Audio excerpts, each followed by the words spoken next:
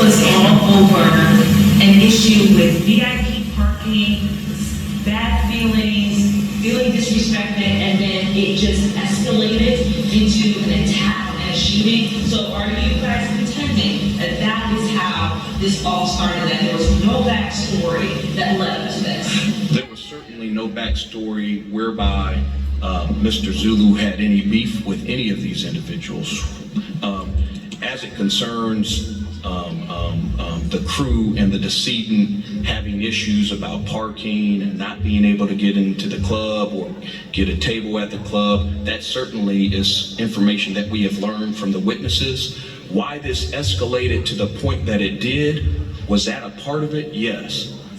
Is that the rest of the story? I don't believe so. The reality is that as attorneys and as Chaka legal team, his legal team continues to investigate this matter, we are going to unturn every stone to ensure that we have the full picture. Frankly, I will say this. When you watch the video closely, what you see after the decedent and his crew exit the restaurant and the establishment is that they are gathered there in front of the cars, commingling as eventually Chaka walks out to go get his special guests. During that time, Corey Crawford goes inside his vehicle and pulls out a gun to arm himself. And then all of a sudden, one of the same crew members approaches Chaka.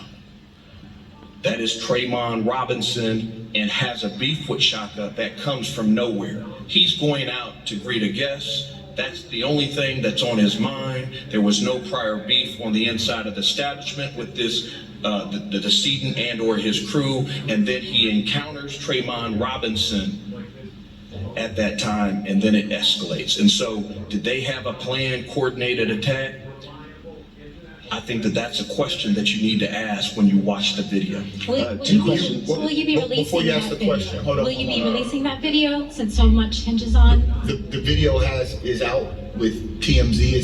It's out and it's in the public domain. But I want to point out one other point, is that before Chaka makes any contact with Trayvon Robinson, look at his hands. Look at Robinson's hands. He beckons his crew. So they're already moving. So it's very important that you watch this. They're already moving into place to attack him before there's any physical contact. So the idea that they are somehow coming to his aid because this 52-year-old man is having a rough time with a 23-year-old, no, they were moving on him, and it was in a level of intentionality that you just have to look very closely. And the fact that they've rushed the way they have and not even interviewed Robinson, again, speaks to issues within APD. Attorney Davis, to her point with releasing the video, I think it would have been helpful for you guys to have it here so you could go through it, because there are copyright issues with it being out in the domain. So is there any plans of you guys releasing it at all today where you can show, like, this is where his hands were, you see him approaching, anything like that that could guide people to see what you guys are seeing? We'll certainly leave that open. Frankly, I don't know why the City of Atlanta Police Department hasn't released the video, right? It's their job to investigate. He doesn't have to do a damn thing, right? And so he has been charged with murder wrongfully. And to the extent that you want something, you should be asking your constituency or the leaders in this community who lead the parade for the video. It doesn't mean that we won't be open to having the video, because we don't have anything to hide from the video.